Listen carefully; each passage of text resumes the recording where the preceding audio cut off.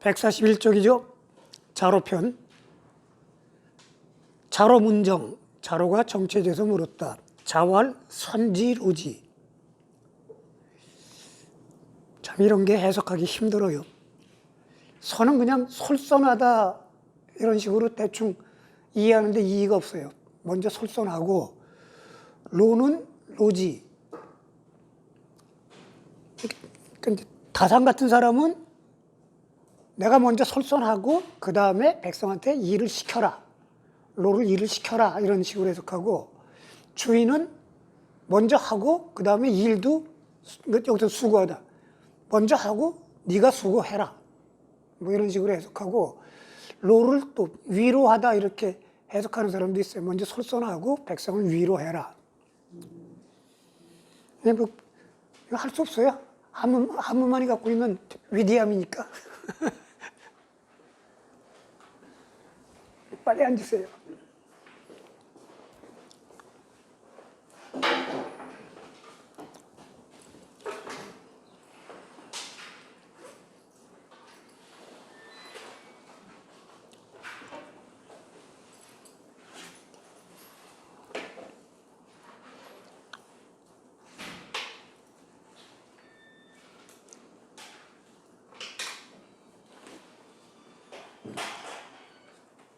(141쪽이요)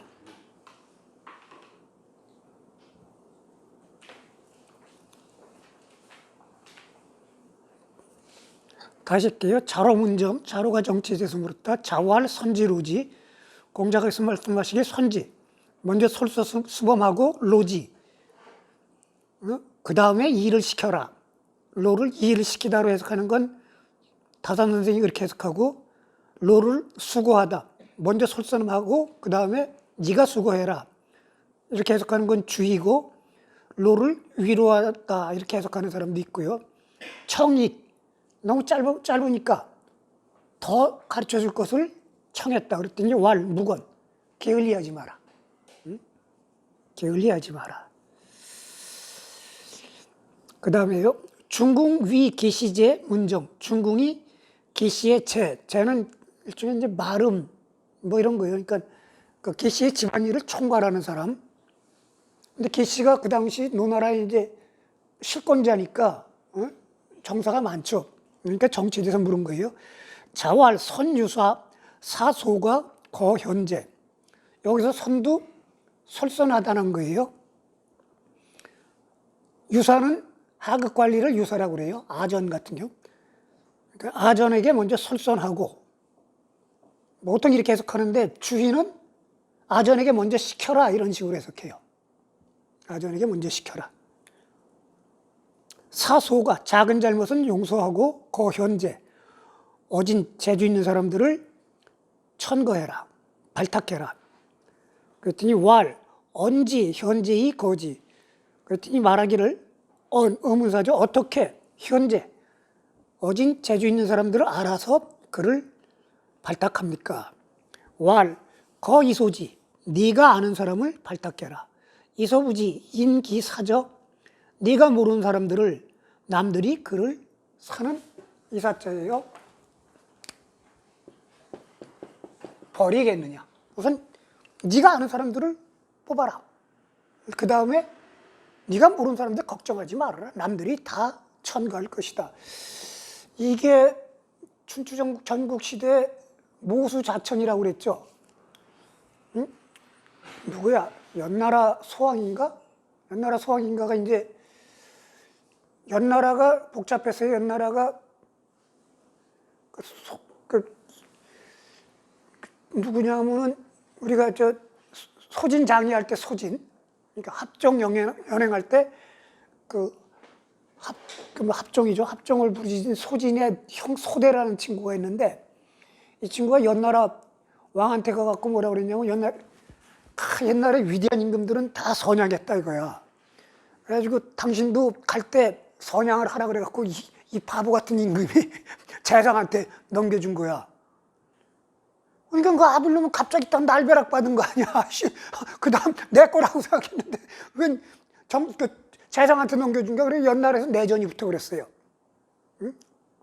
그러니까 아들이 가만히 있을 리가 없잖아. 그 틈을 타갖고 제나라가 쳐들어가. 연나라를 정벌 하거든. 그러니까 이제 전국 칠흥에서 정세변화가, 중대한 정세변화가 온 거야. 칠흥이 비슷비슷했는데 한 놈이 7분의 2를 먹으니까 나머지 5이 야 이거 안 된다고 거기 개입을 해갖고 일종의 다국적군이 형성돼갖고 거기 개입을 해요. 뭐 그 다음에 이제 소왕이 등장하는데, 소왕이 그러니까 현재를 얻은 사람들을 이제 뽑으려고 천하에 방을 내는데 모술을 한 사람이 내가 나를 추천한다고 그랬거든. 응? 이거 연나라 소왕이 황당할 거 아니야. 이 새끼 지가 자기를 추천하니까. 그러니까 아니 나 같은 놈을 한번 잘 써봐라. 그러면 자기가 자기를 추천하는 사람도 잘 쓸 텐, 이만큼 쓰는데 그러면 천하의 현재들이 벌떼처럼 모일 것이다. 뭐 그래갖고 연나라 소왕이 결국은 연나라를 다시 부흥시켜갖고 거꾸로 제나라를 쳐들어가요. 그래서 제나라 수도 임치를 정벌까지 해요. 임치를 정벌했다가 막판에 이제 한 싸움에서 제나라가 원래는 강씨죠. 강태공 할 때 강씨인데 나중에 전씨로 바뀌거든. 응? 그러니까 이 사람, 그 사람 이름을 까먹었네. 내가 이렇게 진짜. 근데 그 전씨가 세력을 그러니까 연나라 군대가 다국적군을 끌고 제나라 수도 임치도 정벌하고 그렇게 제나라 왕이 저 구석 산동반도 밑에 남쪽 밑에 있는 거기까지 도망을 갔는데 이 뭐시라고 하니? 아니 전국시대 유명한 병법가인데 이 사람이 기가 막힌 병법을 써갖고 연나라 군대 물리치거든. 이때부터 전씨가 힘을 갖기 시작해. 그래가지고 나중에 이제 전씨가 강씨를 대신해갖고 제후가 되거든요. 그래가지고 우리가 전국시대를, 춘추시대하고 전국시대를 구분할 때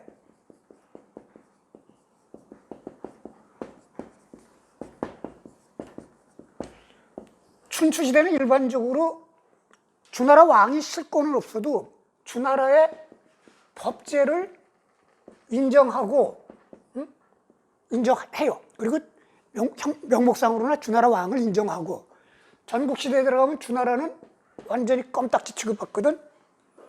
그 계기가 주나라 법제가 무너지는 거예요. 이제 그거를 두 계기로 보는데 학자가 하나가 진나라가 어디냐면 황하가 이렇게 디귿자를 꺾일 때 이 일대가 진나라예요. 진나라가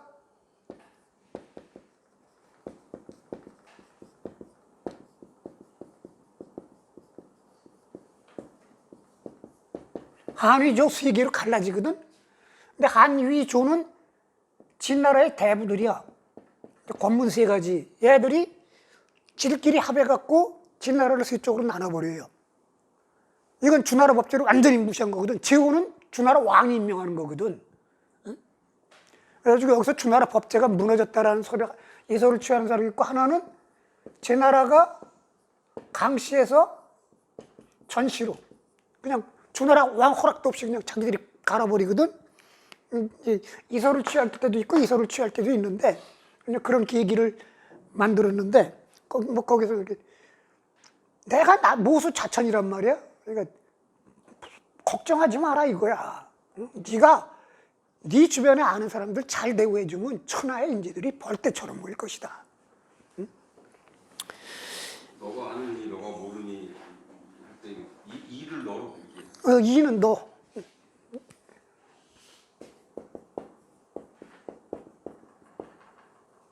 지금 중국어로 너를 유를 이렇게 쓰거든요. 니하오마 할 때 니거든. 이게 원래 글자가 이거예요. 이거를 간치자로 이렇게 쓴 거예요. 그 다음에 자로왈, 위군, 대자의 위정, 자장해선. 이건 유명한 글귀입니다. 자로가 말하기를 위나라 임금이, 자는 선생님이에요. 선생님을 기다려서, 즉 선생님을 모시고 위정, 정치를 하려고 하는데 자장해선, 선생님께서는 장차 무엇을 먼저 하시겠습니까? 자왈 피리아 정명호. 공자가 말하기를 피리아호는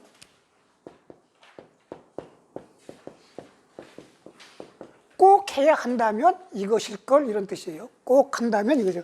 꼭 해야 한다면 정명, 이름을 바로 할 것이다.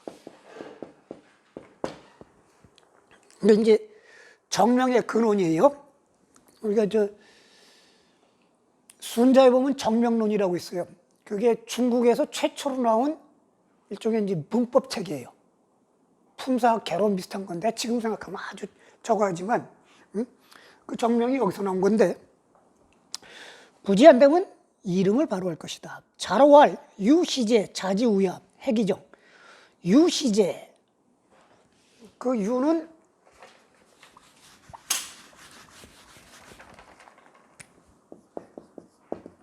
또자로 봐요. 우시제 또 그렇군요.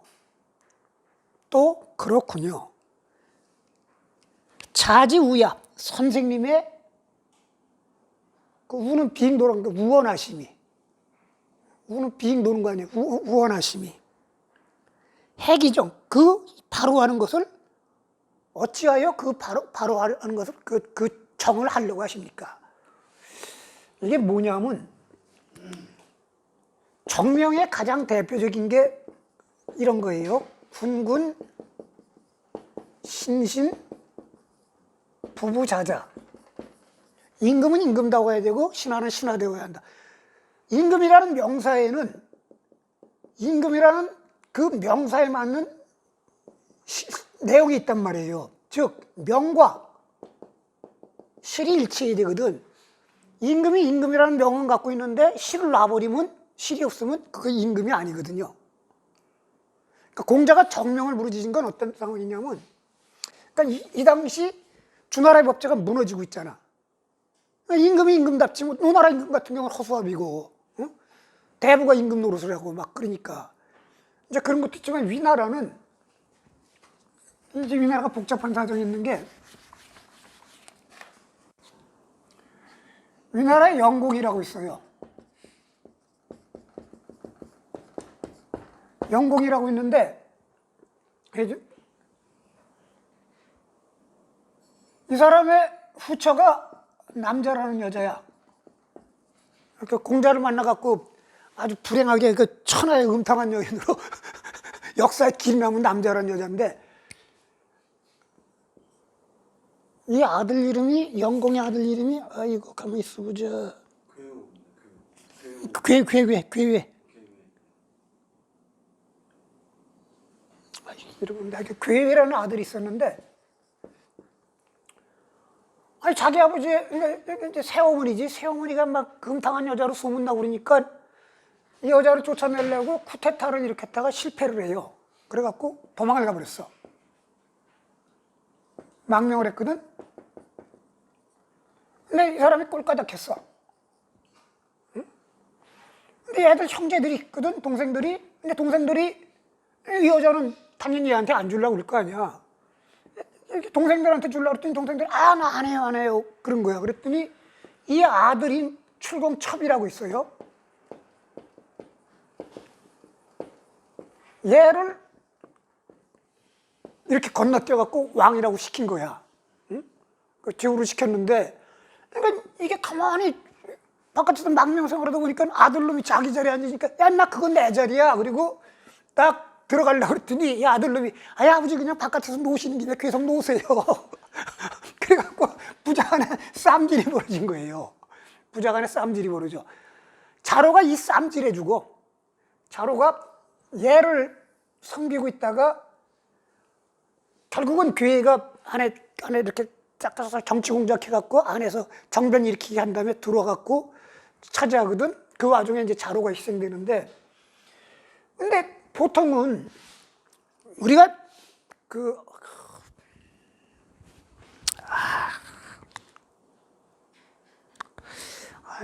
아이씨 이후제 막 다 갔다.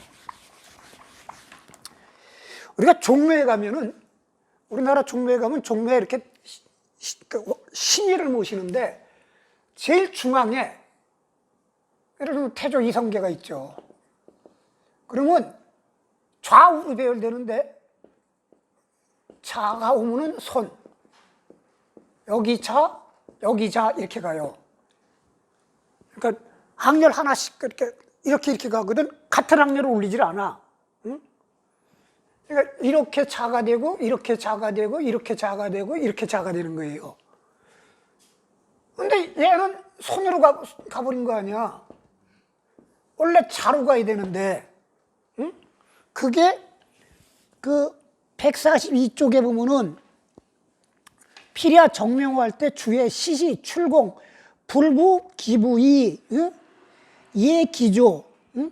명실 문이 있고 공자 이 정명이선 이때 출공은 출공첩이 불부 기부 자기 아버지를 애비로 모시지 않고 왜냐하면 자기 할아버지로부터 받았잖아. 응? 예 기조 자기 할아버지를 자기 아버지 위치로 대접한 거라 이렇게 그래서 명실문이 이름과 내용이 문란해져서 고로 공자가 정명 이름을 바로 하는 것을 우선으로 한 것이다. 뭐 이제 이렇게 풀이하는데 그러니까 이건 이제 고리타분한 거고 이런 현실이니까 뭐 제후의 자리를 바로 잡겠다 뭐 이런 얘기도 되지만 일반론적으로 당시의 현실이 이 제도하고 현실 내용하고 괴리되고 그게 무너져가는 단계니까 그냥 꼭 이거에 맞추지 않고도 일반적으로 정명이라고 생각해도 크게 문제는 없죠. 물론 이제 여기는 이런 사정이 있으니까. 근데 이게 재밌는 게 조금만 더 읽고 봐요. 그랬더니 자왈 야제 유야 군자어 기소부지 개거래야 야제 촌스럽구나 또는 비속하구나 유야 유는 자로 이름이죠. 자로 너는 군자어 기소부지 군자는 기소부지 그 알지 못하는 것에 대하여 개거려 대개 거려 비워두는 법이다. 비워두는 법이나 사관이 이렇게 이제 쭉 가서 기록을 할 때 자기 잘 모르거나 깜빡했으면 그거를 억지로 기록하려고 그러지 않고 비워두는 거예요. 내가 확인이 안 된다 이런 식으로. 지금 말이 점잖죠. 유시제 또 그러시군요. 선생님의 우원하심이란 그 바로 하는 걸 어디다 쓰겠습니까? 그랬더니 너는 참 천박하구나. 군자는 알지 못하는 거에 의해서 비워두는 법이다. 이게 지금 이렇게 표현했지 그냥 쉽게 아이고 우리 선생님 또 꼰대 같은 소리 하고 있네. 유시제 자지 우야 그게 우리 선생님 또 꼰대 같은 소리 안 해 그 얘기고 그 다음에 야제 유야 군자어 기소부지 개고려에는 야 모르면 입 닥치고 가만히 있어 그 얘기지 뭘 말이 표현이 그런 거지. 이게 이 논어에 자로하고 공자의 대화를 이렇게 보면은 진짜 되게 웃겨. 아니 이게 지금 표현이 그렇게 완전히 그 얘기 아니야. 아유 우리 선생님 또 꼰대 같은 소리 하고 있네 했더니 공자가 야 임마 모르면 입 닥치고 가만히 있어. 그걸 표현을 뭐 군자어 기소부지 개고려 이렇게 표현한 거예요. 모르면 입 닥치고 가만히 있어라. 이제 이런 거. 명부정 즉 언불순 언불순 즉 사불성 이름이 바르지 않으면 말이 순조롭지 않고 말이 순조롭지 않으면 일이 이루어지지 않는다. 사불성 즉 예약불응 예약불응 즉 형벌부중 형벌부중 즉 민무소조 수적 일이 이루어지지 않으면 예약이 일어나지 못하며 예약이 일어나지 않으면 형벌이 맞지 않고 형벌이 맞지 않으면 백성들은 수적을 둘 데가 없다. 명부정 즉 언불순 이름이 바르지 않으면 말이 순조롭지 않고 이것도 뭐 이해가 가는 거고 언불순 즉 사불성 말이 순조롭지 않으면 일이 이루어지지 않는다. 이것도 뭐 말이 넘어가는데 사불성 즉 예약불응 일이 이루어지지 않으면 예약이 일어나지 않는다. 이건 무슨 소리일까요?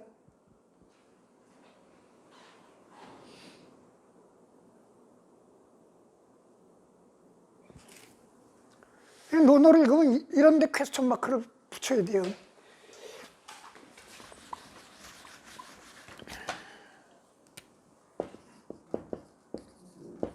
악은 간체자로 이렇게 써요.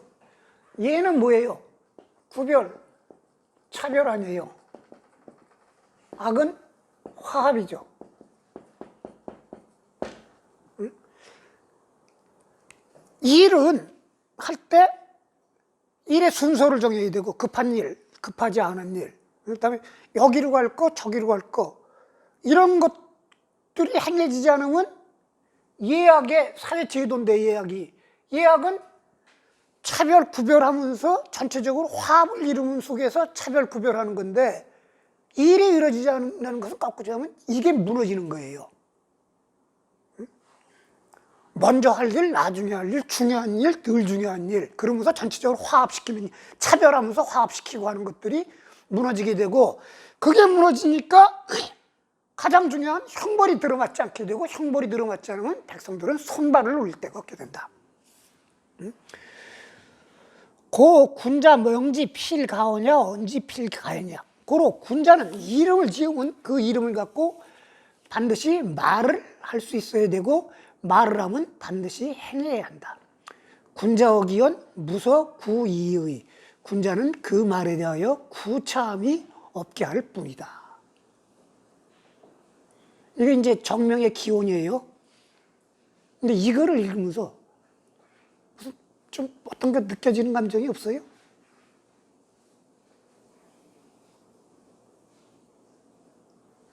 우리가 여지껏 읽어온 공자의 얘기는 그냥 거두절미하고 툭 던지고 끝나요. 거두절미하고 툭 던지고 끝나. 이거는 어떻습니까? A는 B, B는 C, C는 D, 고로 A는 D 아니에요. 연역론이죠. 서양학자들은 이 글이 공자의 어투가 아니다라고 생각하고, 공자의 말이 아닐 가능성도 있다고 생각해요. 우리가 가만히 생각해봐요. 공자의 말은 그냥 거두절미하고 툭 던지고 생각하게 만드는 거지, 이렇게 논리적으로 설명해주는 말이 없거든요. 아직까지 우리가 공부했던 공자의 말은. 근데 이거는 마치 무슨 우리가 뭐 기하학 책을 보듯이 초등적인 연영. 뭐야? 정명이라는 생각을 했는데, 정명이 아까 그 팀장님 말씀하시기에 그 이름과 그 대상 또는 사물의 일치, 그 내용의 일치. 내용의 일치. 공자가 그런 얘기를 딴 데도 어디 한 적이 있나요? 없어요. 여기만 딱 있는 거예요. 아니, 정명이라고 말한 건 여기뿐이고, 예를 들어 군군신신이 이제 그런 표현이지. 근데 공자의 얘기는 거의 대부분 정치에 관한 것들이야. 순자는 왜 정치에 관한 것들을 품사학적으로 가지고 가냐면, 나중에 가갖고는 이제 전국 중기 들어가갖고는 그 각 학파가들 간에 논쟁이 붙어갖고 궤변학파가 생기잖아요. 명가. 응? 희고 단다는 돌은 존재하지 않는다. 뭐 이런 식의. 그래갖고 이게 말이 토론이 안 돼. 서로 그래갖고 순자가 정리하는 거예요. 아주 소박한, 그러니까 어떤 뭐 개념이 지시하는 것과 개념에 내포하는 거, 그 위헌과 내포 뭐 이런 것들을 개념적으로 조금 간략하게 정리하는 거거든요. 그건 이제 그 전국 중기 이후에 이제 그 각파 간의 논쟁을 이제 반영한 거고, 공자의 개수는 대부분의 여기서 정명이라는 거는 임금은 임금 나와야 되고 신하는 신하 나와야지, 그게 임금이고 신하지, 그러지 못하면 임금이고 신하가 아니다, 이제 이런 얘기지. 공자는 어떤 위헌과 내포 그런 식의 개념은 아니고요. 그런 식의. 근데 순자에 가서 이제 그런 개념이, 왜냐면 하도 학파 간의 논쟁이 뭐 말도 안 되는 것 같고 계속 사람들이 쳇바퀴 돌아버리니까. 그리고 내가 향당편 강의하고 나서 그랬죠. 너는 시편 향당편은 공자의 행동을 얘기한 거 아니에요. 그래가지고 전반적으로 쓰였다 그러면 논어가 1편부터 10편까지가 원래 있었을 것이다. 11편부터 20편은 나중에 첨가됐을 것이다. 응? 이런 얘기했어요. 그래가지고 이 앞에 거를 전론, 뒤에 거를 후론, 이렇게 얘기했는데, 후론편에 들어가면은, 그러니까 지금 우리가 선진편하고 안연편에서는 못 느꼈어요. 여기서부터 절하편 이후부터는 그 전하고 말투가 다르고 내용도 조금 이상하고 이런 것들이 많이 보입니다. 여기도 지금 평상시에 공자의 말투가 아니라 공자가 그냥 툭 던져버리거든. 마치 선문답하듯이. 응? 그냥 아니면 핵심만 탁 찔러갖고 얘기하지 그 친절하게 설명해 주는 사람이 아닌데 그냥 아주 친절하게 설명하고 있죠.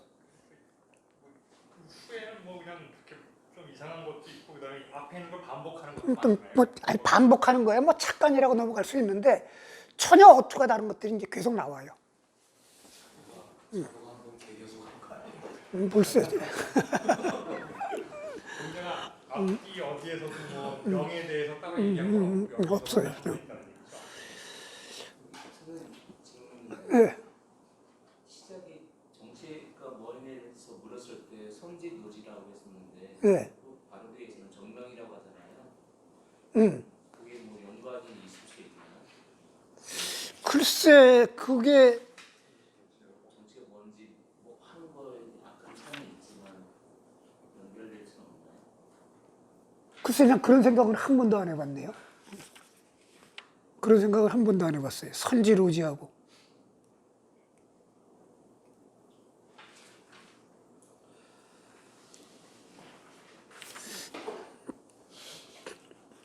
그 다음에 번지, 청학과, 자활, 오, 불여, 노농.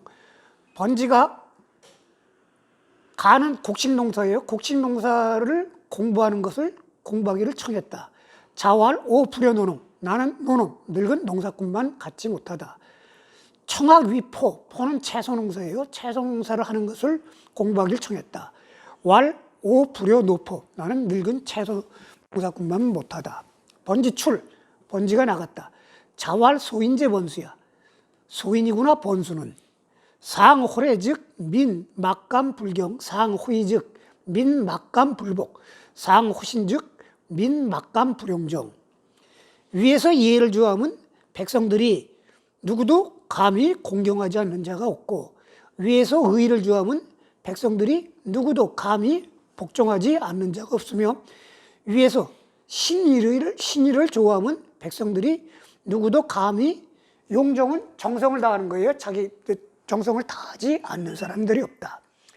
부여시 즉 사방지민 강부 기자이치의 언용과 대저 이와 같으면 사방지민 사방의 백성들이 강부 기자 그 자식을 강 포대에 싸서 업부는 이른데 언용과 농사 짓는 걸 어디에 쓰겠는가. 그러니까 이거는 농사 짓는 게 필요 없다 이런 얘기예요. 이런 것도 이제 한번 생각해 봐야 돼요. 예를 들어 우리 조선시대 4대부들이 농사 짓는 거 이런 거 묻고 그러면 이게 이 천박한 놈 뭐 지금 완전히 그런 시간이에요. 응? 근데 번지도 공자의 그 72제자에 들어가고 응? 그런 사람이 왜 농사 짓는 걸 물었을까요? 자기가 농사 지으려고 농사 짓는 거에 물었을까요? 농법에 혁명이 일어나서 번지 세대에서는 그거를 수용하려고 했던 것 같습니다. 그거의 핵심은 이 시대에 계속 있잖아요. 농법에 혁명이 일어났다고. 왜냐하면 토지가 사유화되고 철기가 보편화되면서 농기에 지금 우리가 조선시대한테 소나 말 갖다 놓고 쟁기하고 막 이런 식으로 농법이 일어나가지고 농업 생산력이 비약적으로 발전해요. 그리고 그 바람에 사회 질서가 계급 질서가 변하고 번지가 그래서 물은 거예요. 어디나 국력은 사실은 표면적으로는 군사력으로 보이지만 이면에는 경제력이거든. 그리고 고대의 군대는 어떻게 됩니까? 쪽수가 많은 놈이 이기는 거거든. 쪽수는 어디서 나와요? 그 나라에서 나오는 생산량이야. 곡식 생산량. 번지는 그래서 물은 거예요. 농법의 변화가 아주 심각하게 변하고 있기 때문에 물은 건데 공자가 이거를 이렇게 한 거죠. 공자는 그건 별로 중요하지 않다고 본 거예요. 그러니까 이게 이런 농법의 변화, 여기서 사회 질서의 변화, 이거를 강조한 게 법관이에요. 이거를 그냥 이렇게 쳐주고 전통적인 강조한 게 유가고, 공자의 제자들 가운데서 이런 식의 갈등들이 이제 보이는 거예요. 그러니까 읽을 때 항상 우리가 이제 그 시대적 배경 뭐 이런 거 역사적 배경을 읽어야 되는 게, 바보라 자기가 농사 지으려고 농사 짓는 건 물은 게 아니거든. 지금 AI 혁명이나 뭐 인공지능 혁명이나 뭐 각국의 지도자나 이런 사람들이 우리나라도 그거 쫓아가지 못하면 우리가 낙후된다, 다 이런 생각하는 거 아니에요. 산업혁명이 진행되면 이 흐름에서 낙오되면은 우리 완전히 후진국으로 몰락한다. 사실은 번지는 그런 생각인데 공자는 이제 그걸 못 본 거죠. 시대의 변화를, 그거를 부정적으로 본 거고. 강부 기자가 강부 기자. 강은 포대기, 네? 강은 포대기, 네. 부는 없는 거, 포대기 싸서 얻고는 자기 자식을 얻고 온다 이거야. 그 우리 지난번에 했잖아요.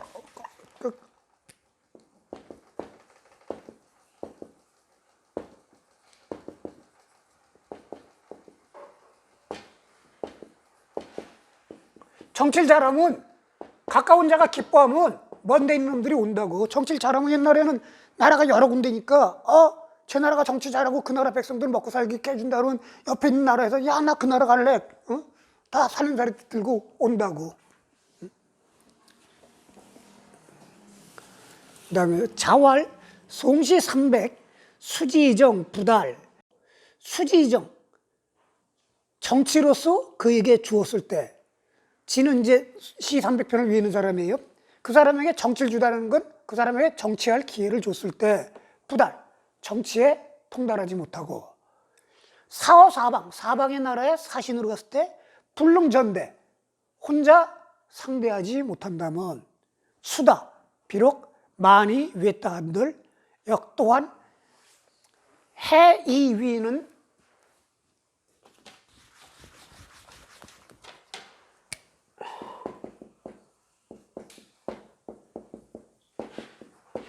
이는 용, 이거는 어조서예요.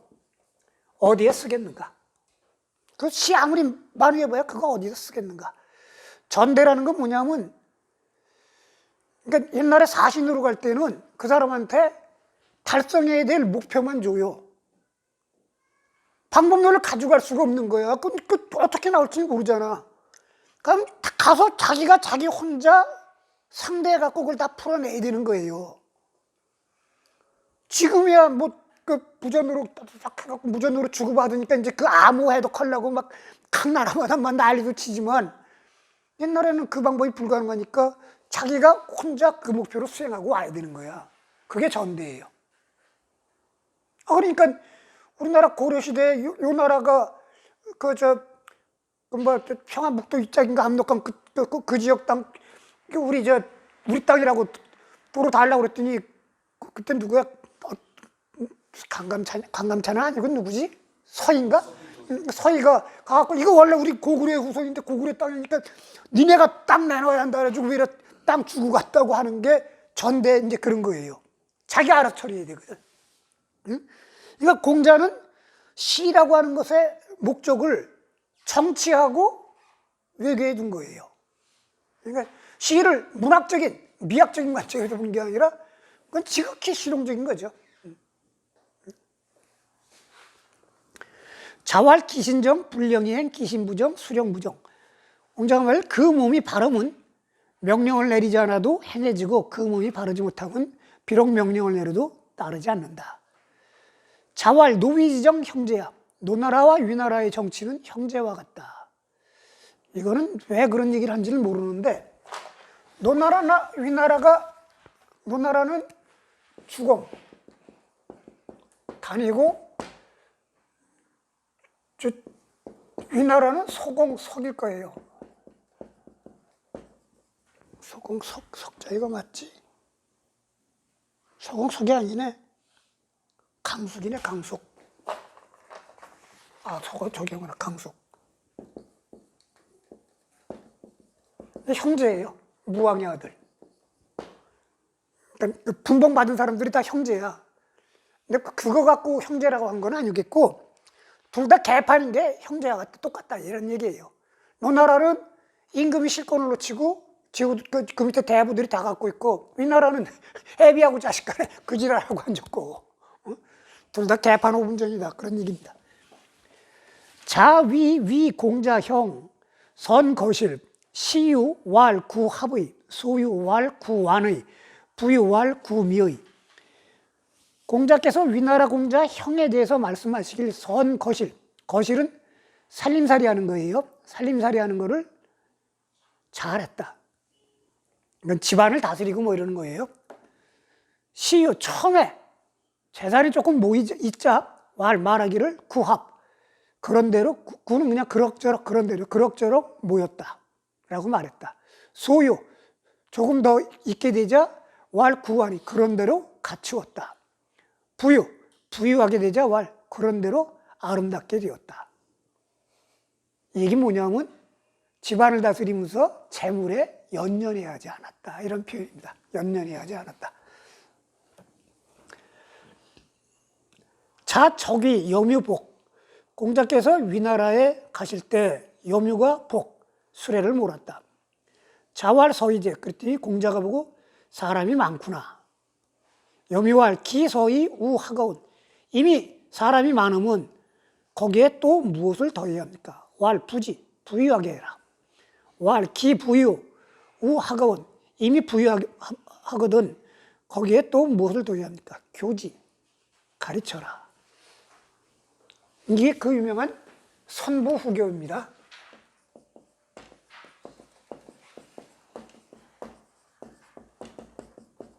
먼저 백성 먹고 살게 해주고 난 다음에 가르쳐라 이거예요.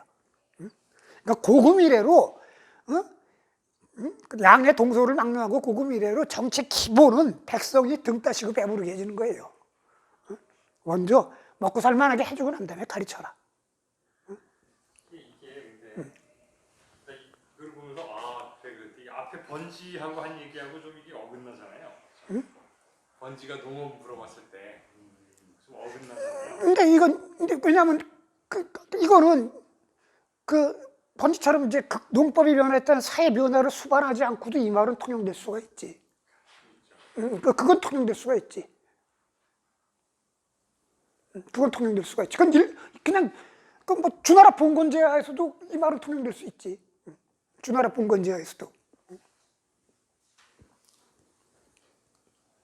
그러니까 이때 인구가 비약적으로 늘어나기 시작해요. 그러니까 이게 늘어나기 시작하는 게 언제까지 크게 변함이 없냐면 송초에 그 양자강 될 이람 지역 그 부근에서 벼 이모작하고 뭐 이러면서 인구가 비약적으로 늘어나거든요. 그때 이제 중국 인구가 1억이 넘어가기 시작하는데 그 이전까지 인구 변화가 별로 없어요. 인구 변화가 있는 거는 뭐냐면 흉년이 크게 들거나 아니면 나라에서 큰 전쟁 벌일 때 인구가 대폭 줄어들어 버리고 도로 그 평화시를 복귀하면 그냥 그대로 다시 복귀하고 그래요. 큰 전란이 생기면 뭐 인구가 팍 줄어들어 버리지. 그러다가 이게 이제 벼에 이모작하면서 다시 인구가 불어나고 이것이 또 변함없이 그대로 가요. 그러다가 언제 오냐면 콜럼버스 아메리카 대륙 발견 이후에 고구마, 옥수수, 감자 이런 게 들어오면서 또 인구가 늘어나. 그게 이제 황무지에도 심을 수 있는 농작물이니까. 그리고 또 고요하다가 이제 산업혁명, 이제 그 다음에 이제 아편전쟁 이후에 이제 부딪히는 거죠.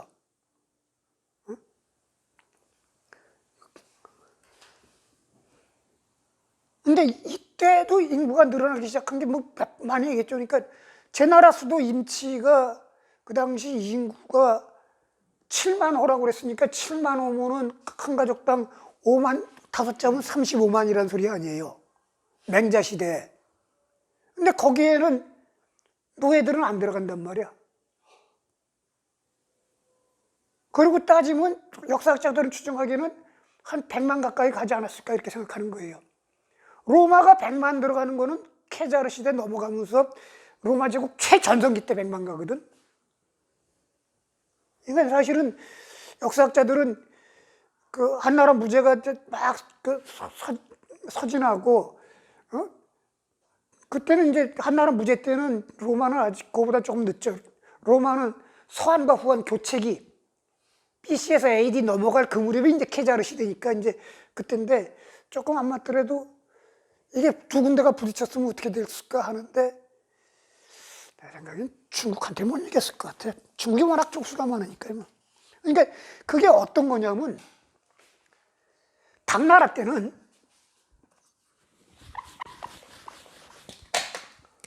당나라 도성 장안성이 있으면 장안성이 이제 뭐 있고 이렇게 딱 동서로 나누는데 이걸 다 구역을 나눠갖고 구역마다 성을 조그맣게 울타리를 두고 구역마다 문이 있어갖고 저녁 딱 저녁 여기 성문 딱 닫는 시간에 이 문도 닫아요. 그래서 구역 바깥을 돌아다니질 못해. 뭐 아주 끝발 있는 사람이야 좀 다르겠지. 응? 근데 우리가 중국 영화를 보면은 한밤중에 뭐 이렇게 몰고 가고 주막집 두들겨 갖고 들어가서 막 하다 막 싹 칼싸움하고 막 그러잖아. 그것이 배경이 되기 시작하는 건 전부 송나라예요. 당나라 때는 그러니까 밤중에 들어가 갖고 주막에서 자고 뭐 이런 게 없어요. 딱 구역이 있고 정해진 거거든. 시장은 낮에만 열고. 그러니까 뭐 이 당시도 이제 서역에서 산물들이 막 올라오는데 이건 그 주로 저거 하는 게 그러니까 우리가 교육의 상대가 예를 들어 옥이라든가 이런 아주 귀한 비단 이런 것들은 이미 실크로드 열리기 전에도 비단은 서역으로 흘러갔거든. 그 다음에 옥이라는 게 내가 한번 그런 얘기 했죠. BC 15세기에 안양 지금 베이징 밑에 있는 그 무덤에서 발견된 옥이 저기 뭐 곤륜산맥 그 밑에서 난 거라고. 그런 그러니까 아주 귀증품들은 다 돌아다녀요. 상업이 발달한 게 어떤 것이 중요하냐면 우리가 자본주의 상업할 때 이제 보통은 이제 상업권이 형성되는 게 뭐냐면 일상품이 상업화되는 거예요. 일상품이. 쌀이 상업화되고 채소가 상업화되고 뭐 이런 것들. 그거는 채소를 갖고 여기서 로마까지 갈 수 있는 건 아니잖아요. 보석은 로마까지 가지고 가도 쌀을 갖고 로마까지 갈 수 있는 거거든. 쌀, 뭐 채소, 뭐 고기, 뭐 돼지고기 이런 게 이렇게 유통된다는 것은 그 동네에 시장권이 형성되는 거거든. 그 동네에. 송나라 때 이미 어떠냐면 차만 전문적으로 재배하는 이제 그런 농가가 생겨. 그 사람은 어떻게 돼? 차를 딴 거로 팔아갖고 자기가 필요한 건 다 사먹을 거 아니에요. 차만 전문적으로 재배한다는 거는, 그다음부터 뭐, 깻잎, 우리 같으면 상추 뭐 이런 것까지 다 사먹는다는 거 아니야. 그거로 상추를 사먹으려고 뭐 백리를 갈 거예요. 상추 사먹으려면 뭐 그 동네에서 사먹어야지. 그런 교육이 이루어진다는 거거든. 그러니까 이렇게 조그만 상단들이 이렇게 이동하고 하면서 밤늦게 이렇게 하고 그러는 거예요.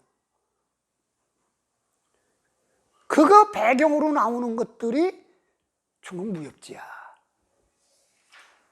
중국 무협지에 무슨 방 뭐 이러거든. 응? 이런 것들은 상업이 예를 들어 여기서 여기를 가는데 내가 서안 가서 팔지 않거든.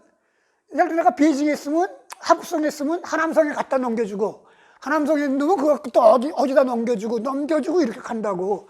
다 연결 루트들이 있거든. 이게 중국 무협지에서 말하는 무슨 방. 그리고 이거는 그 당시 뭐 경치안되게 이렇게 산길도 가야 되고 이럴 때 여차하면 자기 방어력 가져야 되니까 그러니까 다 기본적으로 무장하고 이런 게 수호지에 보이는 그 사람들이에요. 그 사람들. 그게 중국에서 소설이 나오기 시작하는 게 송대 이후거든.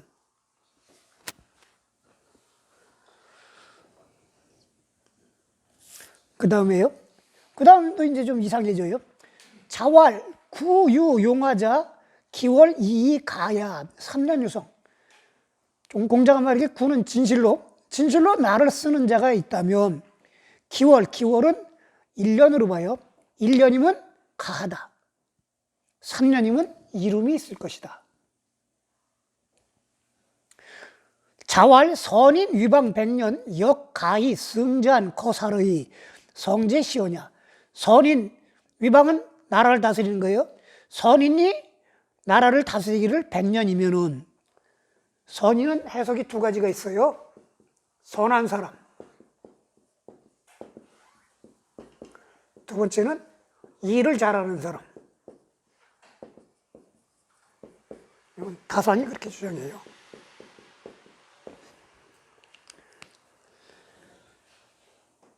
그러면 승잔, 백성들의 잔혹한 성품을 이기고, 즉 백성들의 잠재있는 잔혹한 성품을 누르고, 거살, 거살은 해석이 두 가지예요. 사람들이 서로 죽이는 것을 없애게 할 수 있다. 또는 사람들이 서로 죽이는 것이라고 해석하는 사람도 있고, 사형 제도를 없앨 수 있다. 그러니까 백성들의 잔혹한 성품을 눌러서 사형을 없앨 수 있다. 또는 백성들의 잔혹한 성품을 통해서 살인이 일어나지 않게 할 수 있다는데, 성제시효냐, 진실이로구나, 이 말이. 그 다음에 자활, 여의 왕자, 필세 이후인. 왕자가 있다 하더라도 반드시 한 세대가 있은 이후에나 백성이 어지러진다. 여기도 정치에 관한 얘기인데 좀 뜬금없는 말들이 지금 튀어나오죠. 우리가 여지껏 들었던 말하고는 다른 좀 뜬금없는 말들이 좀 튀어나오죠.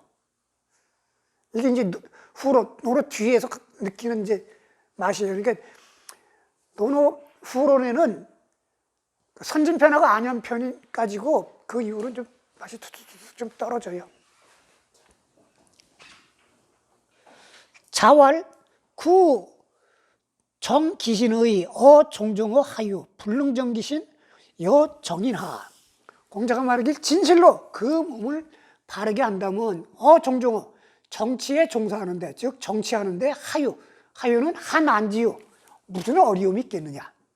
불능정기신 그 몸을 바르게 할 수 없는데 여정이나 정인 남을 바르게 하는 것을 여와 어찌하겠느냐. 어떻게 남을 바르게 하겠느냐. 염자 퇴조, 염자가 조정에서 퇴근하였다, 물러났다. 자활 하아냐, 어찌 늦었느냐. 대활 유정, 정치가 있었습니다. 자활 기사약, 그것은 정치가 아니라 사다, 일이다. 여유정 수불호의 오기여문지. 여유정, 정사가 있었다면 수불호의의 이는 용이에요. 비록 내가 지금 쓰이지는 않았지만, 즉 내가 벼슬거리 있지는 않았지만, 기는 아마요. 나도 아마 함께 문지 들었을 것이다. 요거는 두 가지 해석이 있습니다.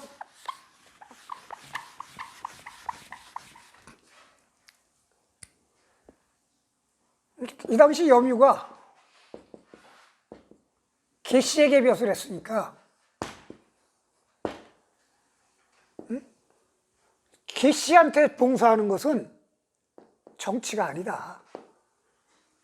정치는 제후한테 봉사하는 거다. 뭐 이제 그런 얘기일 수도 있고, 그렇게 되고, 또 한 가지 정은 이제 기본적으로 제도를 바꾸는 거, 제도나 법령을 바꾸는 거. 사는 정무사무 할 때 뭐 그렇게 양쪽으로 보면 기본적인 뜻은 이 맥락이에요. 대부에게는 정령을 바꿀 수 있는 권한이 없는 거다.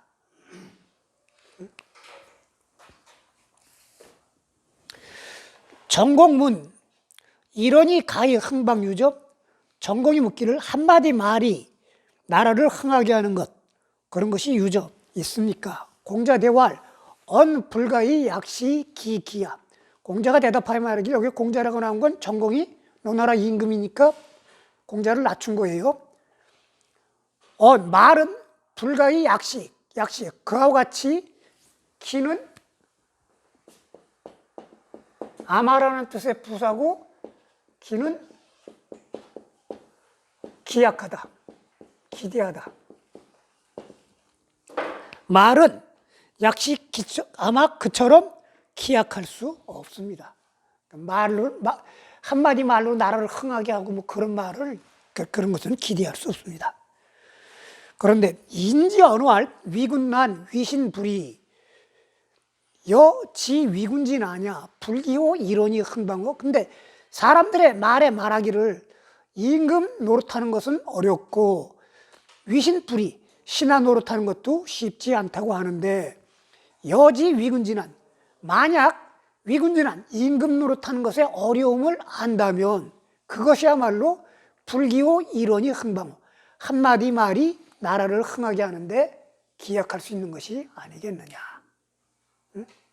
임금 노릇하는 게 어려우니까 항상 삼가고 조심하고 이런 자세를 갖는다면 그 말이 나라를 흥하게 하는데 가깝지 않겠느냐. 와, 이러니 상방유죠. 한마디 말로 나라를 잃게 하는 거, 그런 것이 있습니까? 공자대왈 언 불가히 약시 기기야. 말은 아마 그와 같은 것을 그처럼 기대할 수 없습니다. 인지언활 여 무라코 위군 유 기어리 막 여 위야.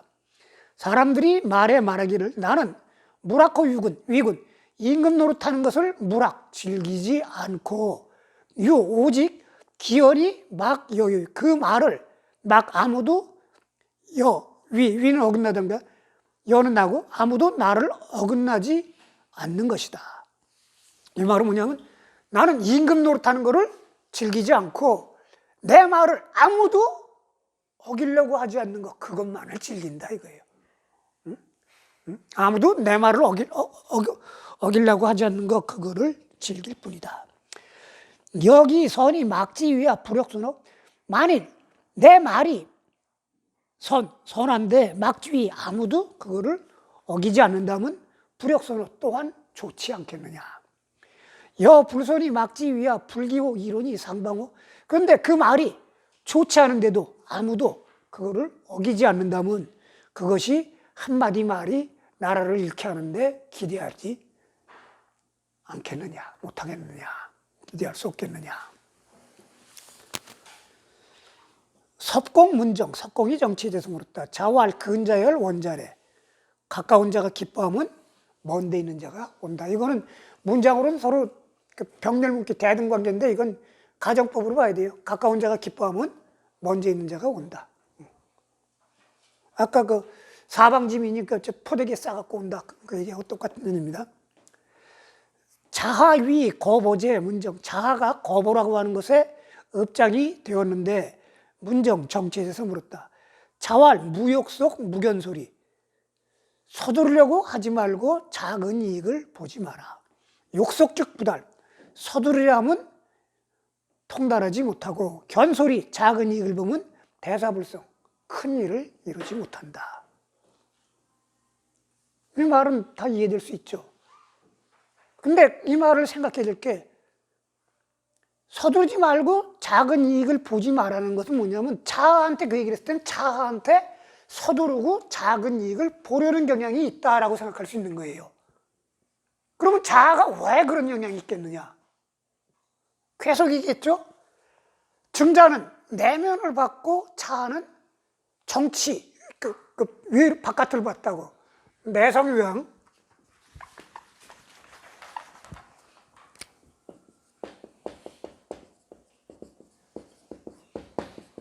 이게 증자계통으로 갔고 이게 자아계통으로 봤다고. 근데 자아계통에서 변법이 시작됐다고. 응? 자아의 제자라고 하는 위나라 문후가 중국 사상 최초로 변법을 시행해요. 이회라고 하는 사람을 등장시켜갖고, 응? 그 백성들을 황무지게 가가지고 백성들한테 나눠주고 이러면서 그 시족 공동체를 깨요. 시족 공동체를 깨려면은 토지를 새로 준다고 그래갖고 시족 공동체를 쫓아가 깨갖고 보내고 거기는 이제 각지에서 모이니까 시족 공동체가 아닐 거 아니에요. 어중이 떠중이 모이고 이런 식으로. 응? 그래가지고 시족 공동체를 깨고 그거 갖고 기반으로 놓거든요. 이걸 바탕으로 맹자에 보면 양양이 과인 막강원 그러거든. 우리나라가 막강했는데. 그래가지고 위나라가 천하제일을 내뿜었거든. 그 제자들이 다 자아의 제자들이라. 이제 위문우가 자아의 제자였다고 나오거든. 그리고 순자가 그 계통을 받았고 순자 밑에서 이사하고 한비자가 나왔고. 그렇게 보면 여기서 무역 속 무견소리도 자아의 어떤 그러한 경향, 당시 시대 변화를 보고 시대 변화를 따라가려고 하는, 응? 그런 영향을 공자가 지적한 게 아니겠는가. 이건 물론 이제 증거는 없습니다. 증거는 없는데,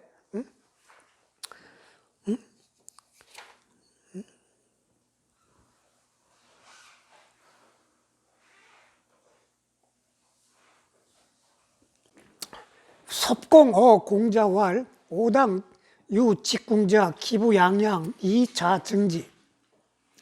섭공이 공자에게 말하기를, 섭공은 초나라의 대부예요. 또 대부는 공이라고 못 칭하죠. 공은 제후를 칭하는 건데, 초나라는 주나라의 법제를 따르지 않고 스스로 왕을 칭했어요. 그러니까 대부가 공이 되는 거예요. 섭공이 공자에게 말하기를, 오 당의 당은 마을이에요. 우리 마을에 직궁자, 직궁은 해석이 두 가지가 있어요. 곧은, 지금 곧다란 거, 궁을 이름으로 부르는 사람이 있어요. 곧은, 아주 올곧은 궁이라는 사람이 있다라고 해석하는 사람도 있고, 직궁을, 직을 몸소 행하는, 아주 그러니까 그냥 곧은 사람. 우리 마을에 곧은 사람이 있는데, 기부양양, 그 아비가 양을 훔쳤더니 자증지, 아들이 고발했다. 우리 마을에 곧은 사람이 있는데 그 애비가 양을 훔쳤더니 아들이 고발했다. 공자와 오당지 직자 이엇이, 그랬더니 공자가 말하기를 우리 마을의 곧은 자는 그와 다르다. 부의자운 자위부은 직제기준의. 애비는 자식을 숨겨주고 자식은 애비를 숨겨준다. 고둠은 그 속에 있는 것이다. 이게 아주 기가 막힌 게요. 이게 육아하고 법과를 이거만큼 정확하게 표현해 준 게 없어요. 육아의 개수는 가족윤리, 효가 충보다 위에요. 그러니까 애비가 양을 훔쳤거나 뭐거나 숨겨주는 거예요. 법과는 시족 공동체 질서를 깬 거 아니에요. 이걸 깨고 국가 질서 아래 편입시킨 거거든. 그러니까 애비가 양을 훔치면 고발해야 되는 거야. 그러니까 진나라가 변법 할 때, 상항의 변법을 할 때 한 게 뭐예요? 오가작통제를 만든 거거든. 5집을 이렇게 5집마다 묶어갖고 그 안에서 범죄를 저지르면 공동으로 처벌해버리고. 그러니까 고발해야 돼. 고발하지 않으면 공동으로 처벌해버리거든. 그 다음에 대가족을 깨요. 막 대가족주의가 있으면 그 안에서 뭐 이렇게 서로 감추고 낀다고 무조건 장가가면 분가시키게 하고. 이게 아주, 이 말이 아주 정확하게 육아하고 법과를 그냥 그대로 보여주는 거예요. 국가 질서하고 종족 질서, 가족 질서의 충돌. 우리 옛날에 저 국가보안법 있을 때, 지금도 국가보안법은 있지. 많이 이제 옛날보다 확실히 부드러워졌어도 아직도 이제 좀 독소 조항이 좀 있긴 있는데, 불고지죄라는 게 있어요. 아버지가 북한에서 간첩을 내려오면 어떻게 됩니까? 신고해야 돼요, 말아야 돼요? 불고지죄 예외가 있어요. 가족관계에는 처벌하지 않아요. 이게 이런 유교적 전통의 흐름이에요. 그러니까 처벌받아. 어떻게 처벌받는 줄 알아요? 아버지 왔으면 밥 해주고 재워줄 거 아니야. 편의제공. 불고지죄는 그 가족 내에서는 처벌이 안 되는데 편의제공. 물론 이제 큰 거 아니면은 뭐 소소한 거는 그냥 처벌하지는 않았는데, 옛날에 아무리 박정희 시대도. 근데 이 건은 돼요. 편의제공으로. 응? 그거 연자 되는 거지. 이게 이제 진나라가 천하를 통일하고 난 다음에 한고조 유방이 함양에 들어가고 약법산장이라고 진나라의 법들 다 깨부시고 약법선장 뭐 사람을 죽인 자는 처벌한다, 사람을 해치는 자도 처벌한다, 뭐 남의 물건을 훔치는 자를 처벌한다, 뭐 이렇게 법 3개 갖고 다스렸다고 그러거든요. 그 다음에 이제 쭉 하다가 한나라 무죄 때 유교질서가 법제화 됐잖아. 이런 게 문제가 되는 거예요. 이건 그대로 살아남았어. 그래가지고 자식이 애비를 고발하면 무조건 처벌이야. 애비가 반역을 저지르는데 그럼 어떻게 돼? 자식이 그걸 고발해야 돼요, 말아야 돼요? 애비는 자식이 반역을 저지를 때 고발할 수가 있어요. 자기가 죽일 수도 있고, 그럼 애비의 권한이니까. 응? 자기가 죽일 수도 있고, 자기가 처벌할 수 있는 능력 없으면은 관가에 가서 불러도 애비가 자식을 고발하는 건 문제가 안 돼. 자식이 애비를 고발하는 게 문제지.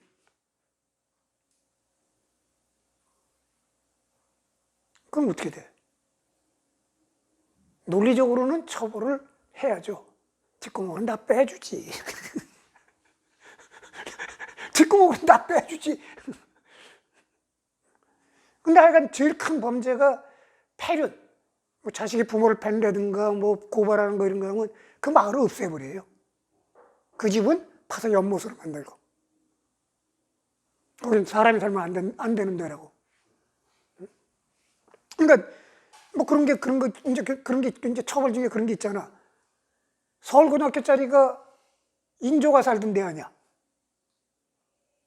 그럼 무슨 궁이라고 그러지? 왕이 살던 데는 인간인이 못 살아요. 왕은 기본적으로 어디냐면 궁에서만 나와. 왜냐하면 왕세자는 궁 안에 같이 살거든. 응? 그러니까 대궐 안에는 성인 남자는 딱 둘로 살 수 있어요. 왕하고 왕세자. 그래서 동궁이라고 그러는 거야. 거기만은 딱 따로 별도로 두거든. 근데 이 적통의 기여를, 인조는 적통의 기여를 이은 게 아니라 딴 데서 왔잖아. 왕의 기운이 서울인데 딴 인간이 들어가면 저거 한다 그래가지고 그 자리는 궁으로 만들거나 뭐 딴 용도로 써요. 그걸 경희궁이라고 그러든가 뭐라고 그러는데 하여간 그렇게 쓰거든. 중국에 가면 중국의 왕 중에 그런 황제 중에 누구냐면 옹정이 그래요.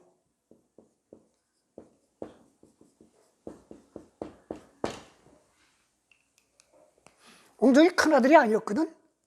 강의에. 그래가지고 바깥에 살다가 들어가서 황제가 돼요. 그래가지고 옹정이 살던 때가 사월이 됐어. 그러니까 청나라 왕실이 그 티벳 불교를 믿었거든요. 그래가지고 그냥 큰 사원이 됐어요. 옹화궁이라고 그래요. 우리나라 사람들은 가도 이런 데 안 가지. 우리나라는 베이징 가면은 자금성 한나절 보고 천단 한나절 보고 저기 올라가고 저기 저 빠다린 가 갖고 만리장성 보고 뭐 그냥 그다음에 왕수정 가 갖고 뭐 무슨 뭐 주전버리거리 뭐 놀고 뭐 이러고 보는데 옹화궁 가면 옹화궁이 어디냐면 옹화궁 건너편이 우리 같으면 성중관이야. 국자관, 베이징 국자관 해갖고 거기 공자 사당이 있거든. 옹화궁 가도 국자관 가는 사람은 거의 없어. 옹화궁 가면 꼭 가요.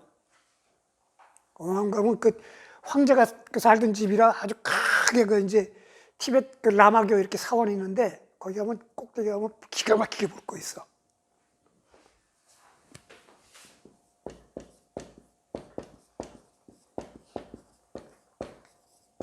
알아요? 환희불이라는 거? 오늘 여기까지만 해야겠다. 불교가 이제 대승화되면서, 대승불교되면서, 그러니까 종교는 어떤, 여기 이제 목사님 계시지만 종교는 어떤 게 있냐면, 이게 사실은 신 또는 뭐 부처, 아니 다 똑같고, 신과 인간과의 이제 중간에 이제 매개하는 거 아니에요. 사실은 신의 세계, 이거의 세계는 절대 진리의 세계이고 오묘하고 접근 안 되는 세계예요. 이 위로 올라가면은 철학이 있거나 학문이 되거나 아니면 자기 세계에만 빠져갖고 교세가 안 붙어, 대중이. 이 밑으로 가면 너무 생활화돼갖고 개판 오분전이 나고 이 중간 어디에 있어야 되거든? 너무 위로 올라가도 그건 자기들끼리만 놀게 되는 거고, 너무 밑으로 가면 이게 좀 이상하게 가버리고. 근데 고다마시 따랐다 사후에 소승불교가 위로 갔지, 학문으로 가버렸죠. 이거 끄집어 내린 게 대승이거든. 대승을 가면서 대승이 이제 양쪽 흐름이 가는 게, 하나는 선사상 뭐 이렇게 하면 공사상 이렇게 가면서 또 이론적으로 가는 흐름이 생기고, 또 하나가 어떤 거냐면 탑돌이, 뭐 탑을 돌면서 인간이 보통 우리 같은 범인들이 종교에 기여하게 되는 게, 인간으로서 어쩔 수 없는 미래에 대한 불안감, 고통 이런 것들에 대한 어떤 희우나 또는 거기서 벗어나기를 기원하는 그런 게 있잖아요.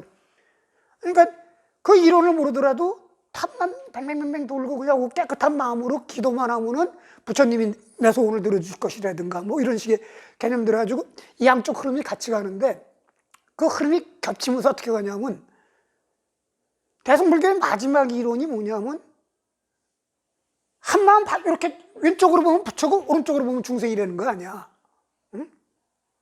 깨달으면 부처고 중생과 부처가 따로 있는 게 아니고, 한 마음 깨달으면 부처고 한 마음 깨닫지 못하는 게 중생이지, 중생과 부처가 원래 구분되어 있는 게 아니라는 거거든.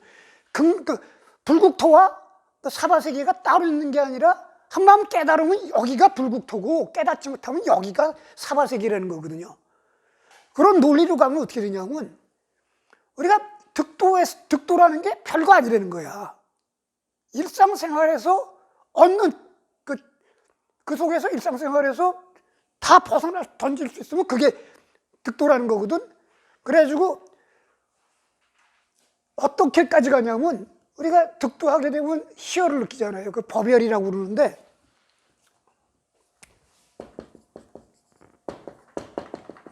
이 법열의 최고치가 어떤 거냐면 섹스할 때 느끼는 쾌락이라는 거야. 그래가지고 대승불교 막판에 이제 이게 대승불교가 몰락하면서 힌두교로 이제 확 끌려가는 저건데, 그러니까 이게 그러니까 어떤 위로 올라가는 그런가 그러니까 적정한 정도의 이론과 사색이 깊이하고, 그다음에 적정 정도의 일상생활하고 이렇게 결합이 돼야 되는데, 너무 일상생활하고 결합하니까 이렇게 돼갖고 수행한다고 그래가지고 이쁜 소녀들 구해놓고 여럿이 해서 그룹 섹스하고 막 이런 식으로 가요.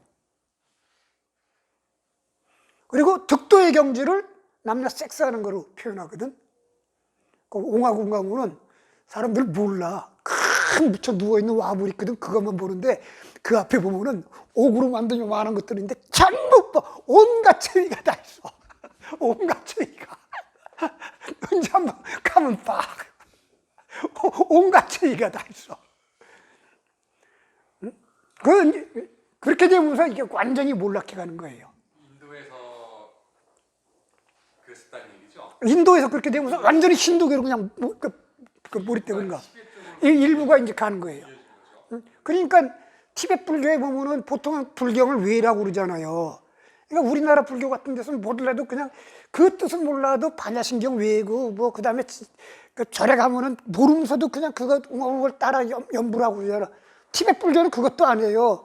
경전을 써갖고 그냥 바람에 날리면 바람에 날리는 게 내가 외는 거다. 불경 암송하는 거하고 똑같이 봐버리거든. 그럼 완전히 생활이 돼버린 거거든. 골치 아프게 그거 왜 오냐? 그리고 외우려면 글자를 알아야 되는데 글자 알려면 힘드니까. 그러니까 그냥 경전을 바람에 날리고 아니면은 탑 돌고 경전을 새긴 통 이렇게 돌리면은 그게 경전 외는 거다. 완전히 생활화 됐으면서도 종교의 틀을 아직 버리지 않고 그나마 이걸 간직하고 있는 게 티벳이에요. 인도에서는 완전히 그렇게 가면서 그냥 사라져버려요. 힌두교에 그냥 한 흐름으로 그냥 끌려가고 말아버려요.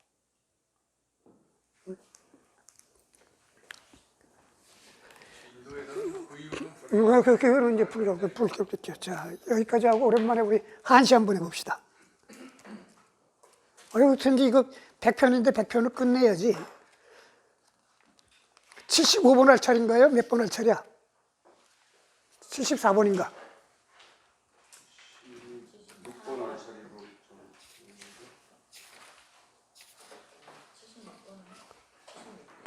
지난번에 75번이라고 했잖아. 15번 했어요. 75번 했어요?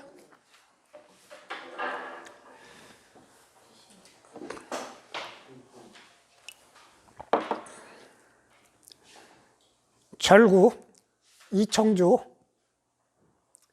생당 작인걸 사역 위귀웅, 지금 사항우 불금 과강동. 이청조는 북송말 남성 초의 시인이에요. 여리 시인이에요.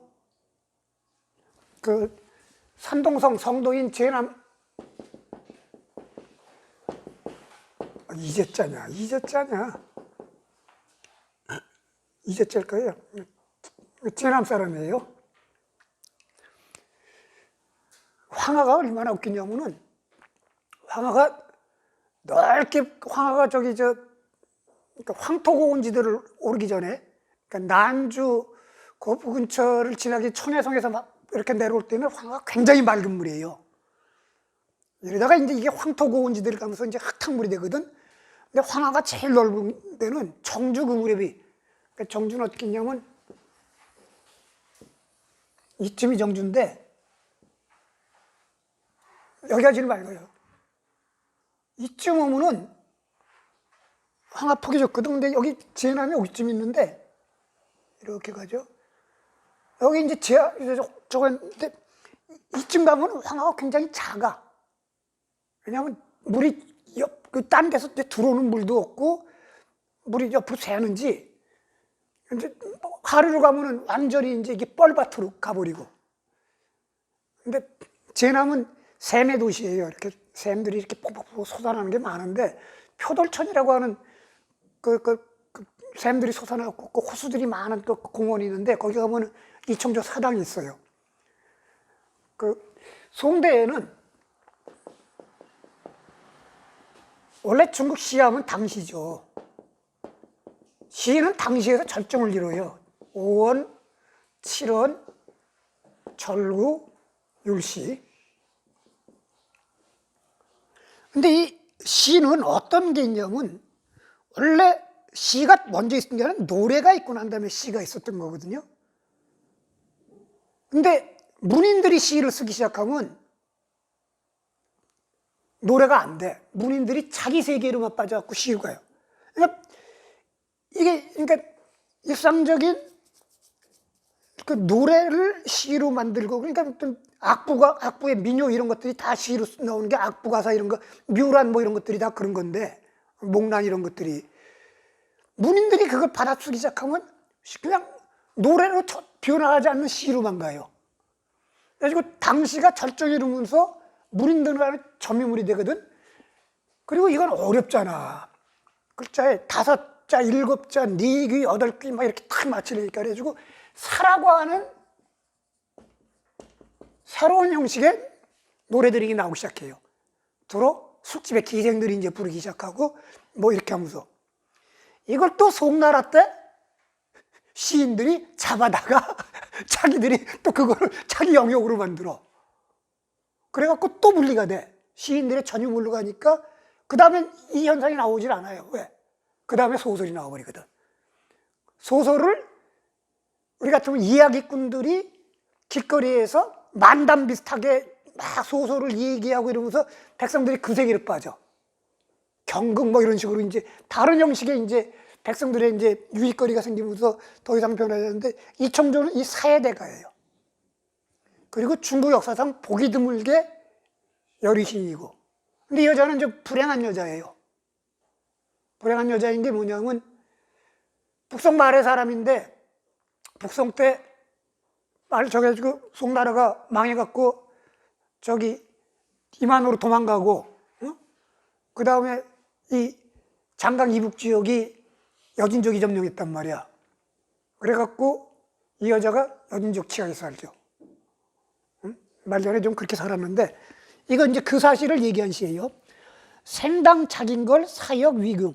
살았을 땐 마땅히 인걸, 사람 중에 영웅 호골이 되어야 하고, 영웅 호골이 되었고, 사역 위금, 죽어서도 역시 귀신의 우두머리가 되었다. 지금 상우는 항우를 얘기하는 거예요. 상우는 살았을 때도 영웅 호골이었고 죽어서도 귀신의 우두머리다. 지금 상우, 지금도 항우를 생각하는 것은 불금과 강동으로 기꺼이 넘어가려고 하지 않았기 때문이다. 지금도 우리가 항우를 기억하고 회상하는 것은 강동으로 건너가러 하지 않았기 때문이다. 이건 뭐냐면 항우가 무슨 전투야? 사면초가 나오는 게 어디 전투지?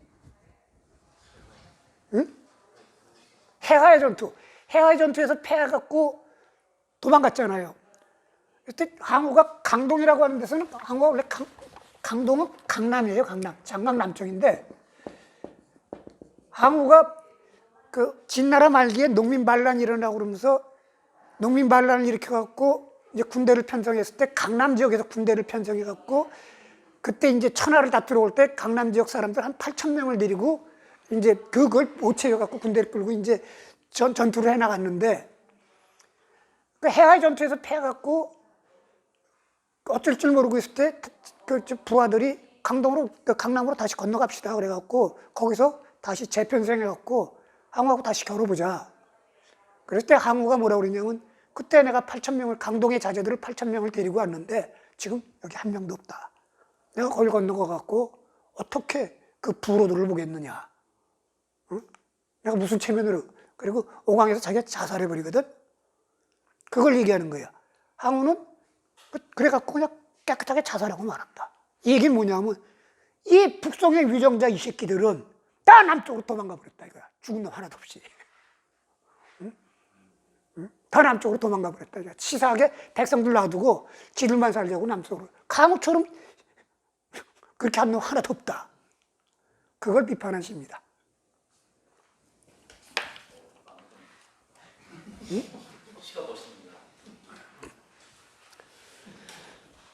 효출 정자사 송 임자방. 새벽에 정자사를 나와 임자방을 보내며 양만리. 양만리도 그 북송 말 남송 초의 그 시인입니다. 남송 4대가의 한 사람이라고도 불러져요. 이거는 지금 항주 근처에서 항주, 서울을 배경으로 한 시입니다. 정자사는 서남쪽에 있는 절입니다. 필경 서호 유월중, 풍광 불효 사시동, 접천 연엽 무궁벽 영일화하 벼량홍. 필경은 여기서 때마침 뭐 이런 뜻이에요.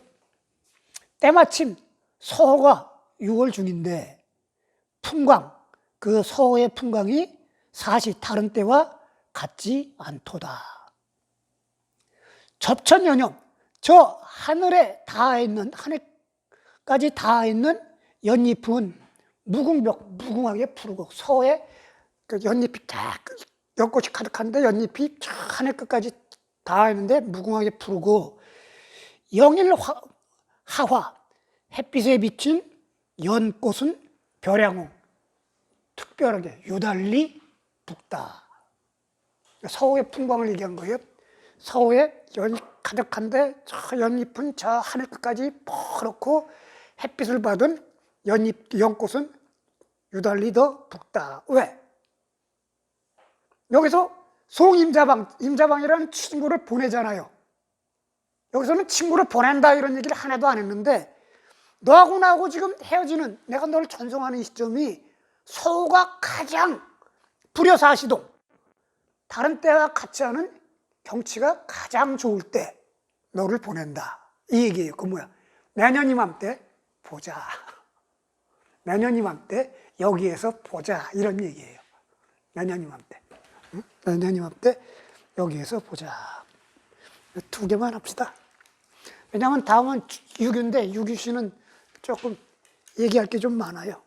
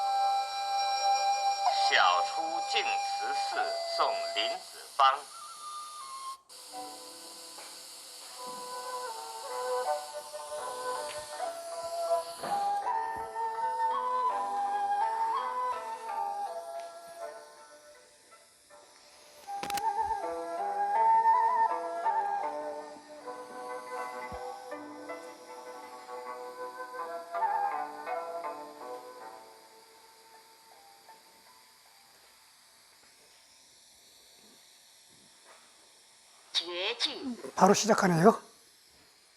生当作人杰，死亦为鬼雄。至今思项羽，不肯过江东。 그 다음에 효출정자사.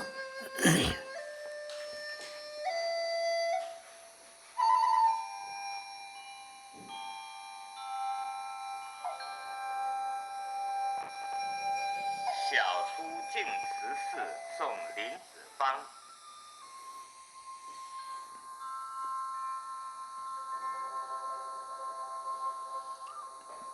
毕竟西湖6月中，风光不与四时同。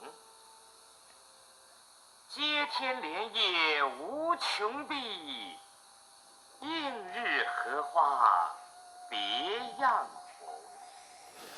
수고하셨습니다. 싱쿨러.